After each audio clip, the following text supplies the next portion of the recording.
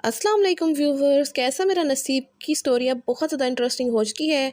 और इसकी next episode में आप देखेंगे कि अब तूबा और शगुफ्ता की लड़ाई शुरू हो चुकी है, क्योंकि शगुफ्ता की तबीयत ठीक होने की देर थी कि अब वो फिर से वही मकारियाँ और झूठ बोलना शुरू कर देती है। और शगुफ्ता हर वक्त बिना किसी वजह के तूबा के साथ लड़ाई करती है, और आमना भी अपनी माँ का साथ देकर तूबा को खूब सताती है।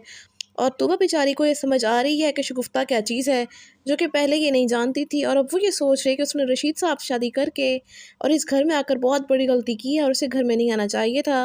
अगर रशीद ने तोबा से शादी कर ही ली थी तो तोबा को यहाँ आने की बजाय एक अलग घर में आना चाहिए था। वो समझती थी कि वो शगुफ्ता को अपने औकात में रखेगी और आमना से सारे घर के काम करवा कर इन दोनों माँ बेटी को अनीला पर जुल्म करने की सज़ा देगी।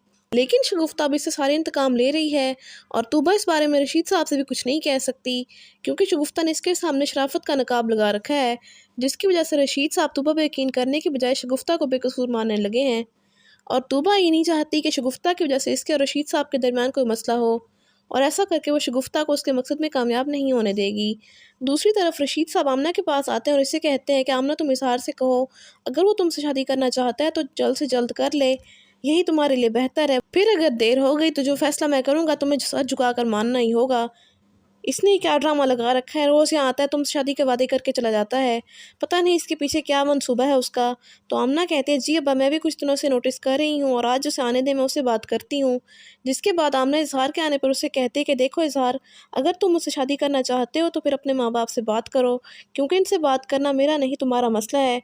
अगर ऐसा नहीं हुआ तो फिर तुम्हें मुझे भूलना होगा, क्योंकि पहले मैंने अब्बा की बात ना मानकर नुकसान उठा लिया है, अब फिर से उनको तकलीफ़ नहीं दे सकती। तुम्हारे पास कुछ दिनों का टाइम है, जितना जल्दी हो सके अपने माँ बाप को राज़ी कर लो, वरना फिर मेरी शादी अब्बा किसी और के साथ करवा देंगे, फिर तुम पछताते रहोगे। तो इजहार कहता है कि मैं कोशिश करता हूँ, अगर वो लोग मान गए तो ठीक, हमारी शादी हो जाएगी, वरना तुम्हारी तरफ से फिर इनकार ही समझना। तो आमना ये सुनकर हैरान होती है और कहते, बस तुम्हारे मुंह से ये बात निकल चुकी है, जिसका मतलब ये है कि तुम्हारा भी कोई इरादा नहीं है मुझसे शादी करने का, और तुम मुझे धोखा दे रहे हो और सिर्फ टाइम पास कर रहे हो। तो इजहार कहता है, मुझे एक दिन का टाइम दो, मैं अपने माँ बाप से बात करके तुम्हें बताऊंगा। तो आप सबको क्या लगता है, इस कहानी में कौन सा नया मोड़ आएगा? क्या इजहार आमना से शादी कर लेगा या फिर उसे धोखा देकर छोड़ देगा? इस कहानी में कौन सा नया मोड़ आएगा, कमेंट्स में ज़रूर बताइएगा। इसके साथ साथ ही वीडियो अच्छी लगे तो वीडियो को लाइक और शेयर करने के अलावा चैनल को लाजमी सब्सक्राइब कर लें, ताकि मज़ीद नई वीडियोज़ बआसानी आपको मिल सकें। तो मिलते हैं नई वीडियो के साथ, तब तक के लिए अल्लाह हाफिज़।